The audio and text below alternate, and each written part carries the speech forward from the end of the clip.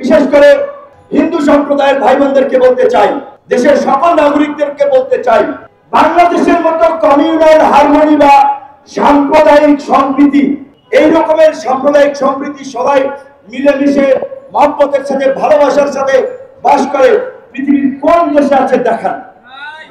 ভারতে যে বাবরি মসজিদ থেকে শুরু করে গরুর গোশত বহন করার কারণে আগুন দেওয়া হয়, পিটিয়ে মারা হয়, এই যে ছাত্র জনতার অভ্যুত্থানের পরেও শাহবাগে বিভিন্ন সংখ্যালঘু সম্প্রদায়ের মানুষ আন্দোলন করছে, প্রতিবাদ করছে, রাষ্ট্রীয় ভবন প্রধান উপদেষ্টার যমুনার সামনে যাচ্ছে, কেউ তাদেরকে বাধা দিচ্ছে না।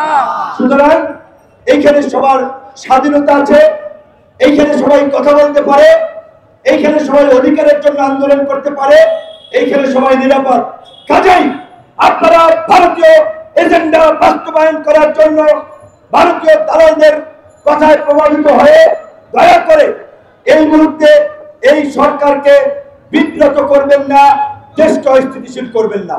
বর্তমান সরকার গঠন হয়েছে, কিন্তু এই সরকারের রাহুর গ্রাস বলেন, রাহু কিন্তু কাটে নাই, রাহু আছে অনেক। সরকারকে অস্থিতিশীল করার জন্য, ব্যর্থ করার জন্য, অকার্যকর করার জন্য অনেকভাবে প্রচেষ্টা চালানো হচ্ছে। আপনাদের ভুলে গেলে চলবে না, গত 15 বছরে পুরো প্রশাসনকে শেখ হাসিনা তার চাটুকার, দালাল, দুর্নীতিবাজ, নৈতিকভাবে বিচ্যুত তাদেরকে দিয়ে প্রশাসন সাজিয়েছে।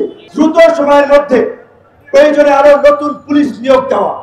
একই সাথে আমরা বলেছি যে সমস্ত জায়গাগুলো ঝুঁকিপূর্ণ রয়েছে, পুলিশের মনোবল বৃদ্ধি করার জন্য ওই সমস্ত থানায় প্রয়োজনে 10 কিংবা 20 জন সদস্যের একটি সামরিক বাহিনীর টিম ওখানে দিয়ে দেওয়া। আশা করি সেটির প্রয়োজন হবে না। এই সরকারের অনেকেরা কেউই কোনো রাজনৈতিক দলের সাথে ছিলেন না, তাদের অনেকের রাষ্ট্র পরিচালনার অভিজ্ঞতা নেই। কাজে আমরা তাদেরকে এখানে বসিয়েছি, তারা আমাদের মনোনীত সরকার। সুতরাং তাদেরকে সব ধরনের সহযোগিতা আমাদেরকে করতে হবে।